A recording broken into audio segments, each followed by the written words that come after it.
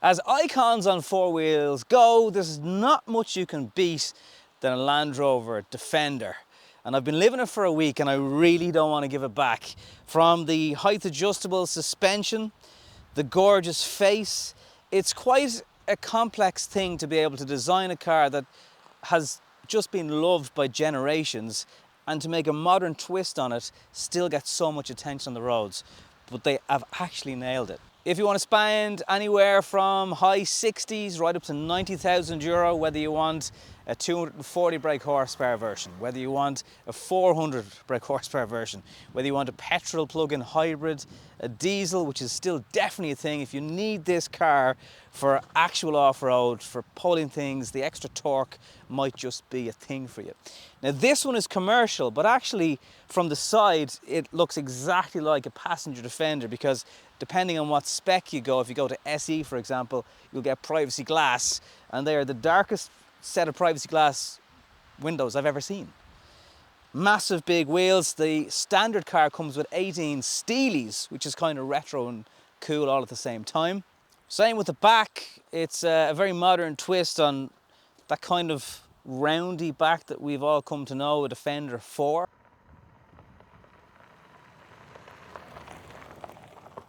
Might seem like a bit of a waste having an alloy wheel sitting on the back of the vehicle for probably most of the time. But anyway, then we've got modern lights here, proper LEDs. There is a tow bar with a very easy to use camera angle that would help you latch the tow bar on if you are pulling something. I've seen different versions with kind of white here. It definitely looks better with the silver. Silicone, I believe, is the color here. And just the mix, the contrast of the black with the paint color and then the silver going on, it really does stand out at the back.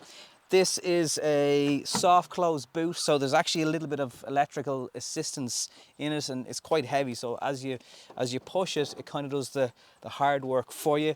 Locker storage space underneath the floor of the car.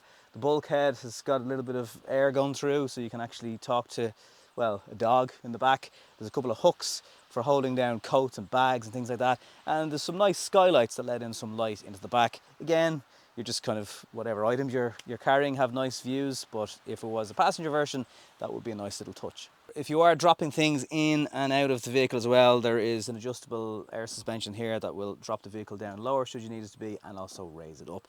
Might also be a bit easy if you're trying to get pets in and out of the back.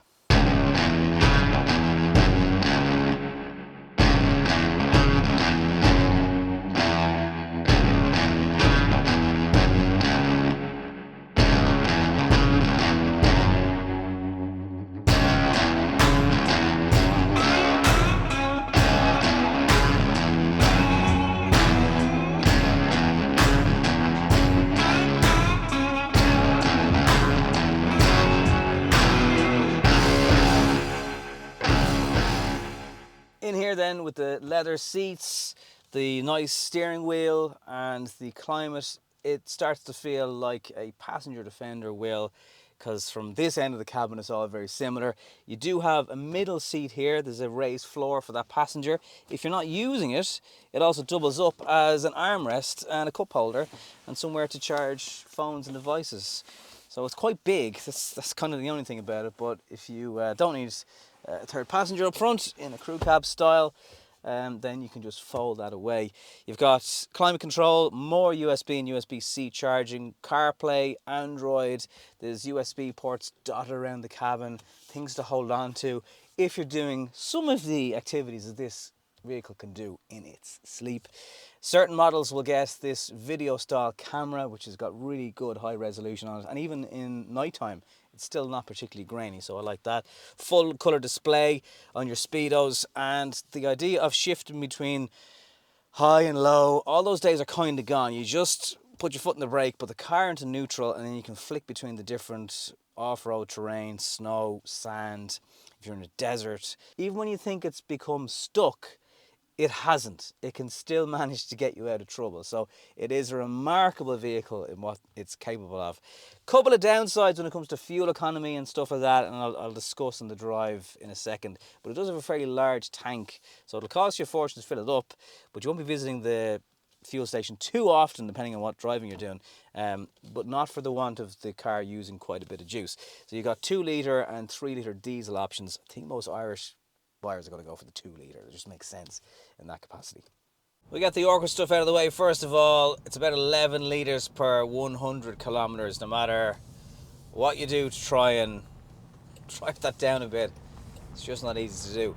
But it's also incredibly refined. The engine sounds lovely. It's so smooth. There's an 8-speed automatic gearbox on it. No paddle shifts, no messing around. Just put it into the auto box, let it do its thing. Obviously, the more potent engines will have more get up and go about them, but whether it's the 2 litre you go for with the 240 brake horsepower with just over 400 newton meters of torque, it's not a slouch by anyone's standards. And I think the beauty of this is just how smooth it is, and with the bigger alloys, like it's a fully qualified off-road vehicle, yet it's so well behaved on the road. It's so smooth, so refined. The seating position affords you a great view, really wide windscreen. In this commercial version of it, like, it's just total darkness back here, so it would be great to have blind spot in the mirrors, because it would just give you a better sense of what's around you at all times. The frontal collision avoidance works very, very well. I can vouch for that. I was taking a turn the other day, and there's a pedestrian crossing as the turn is happening, and the vehicle thought I was about to hit the pedestrian when I was in fact actually just about to do a full turn, and the entire thing just came to a halt.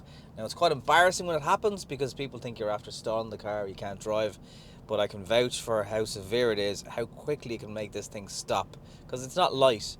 But that day, that pedestrian, if they actually were in trouble, would have escaped unharmed. So whether it's under load or even at startup, it's so quiet. In this 3 litre version of it anyway. It mightn't always be the case with the 2 litre,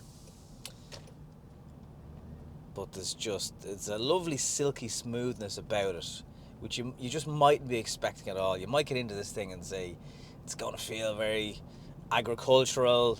Yeah, it looks good, but surely it doesn't drive as well as maybe a Range Rover or a Discovery or whatever. It really does. And the fact that this thing can, and I've done it today, I've properly taken it off-road, thrown a couple of fairly minor, by the standards of what the car is capable of, gradients and stuff to it, dodged a couple of boulders and big branches, and it's like that all you got. You'll also end up not ever slowing down for ramps. You'll just be like, there are no more ramps. Main thing is the fuel economy. It's not something that is going to be nice and easy on juice, but I think people researching this vehicle, as you're probably doing today, you're aware of that. Tires aren't going to be cheap. You know, there's a few things that come with ownership of a vehicle like this, but how great it is at the off-road stuff, that's really what you're buying it for. And the fact that it's so well behaved and so mannered in an urban setting is just a massive bonus. And I really have no hesitation. It's not often I say it, I have no hesitation recommending a vehicle, because it just sounds like I'm working for the company, but this is just really, really good. There you have it. It is an exceptional vehicle. The fact that it can combine what it can do off-road with how comfortable it is just doing a normal trip to the shops is really, really incredible. A lot of pickups and stuff I've driven, really capable vehicles, but the comfort on a normal road isn't great. This thing is so refined and is equally an animal when you want it to be. It is expensive. I don't know what residuals on them are going to be like, because it's just such a sought after, iconic vehicle, but it's for a certain type of customer, and if you want it to be able to do the things that you know it's been designed for, I don't think there's anything else for that money. It's absolutely fantastic. Thank you very much for watching. If you have any comments or questions, please leave them in the comment section below. Hit subscribe if you haven't yet, and thank you for joining me today on the Land Rover Defender.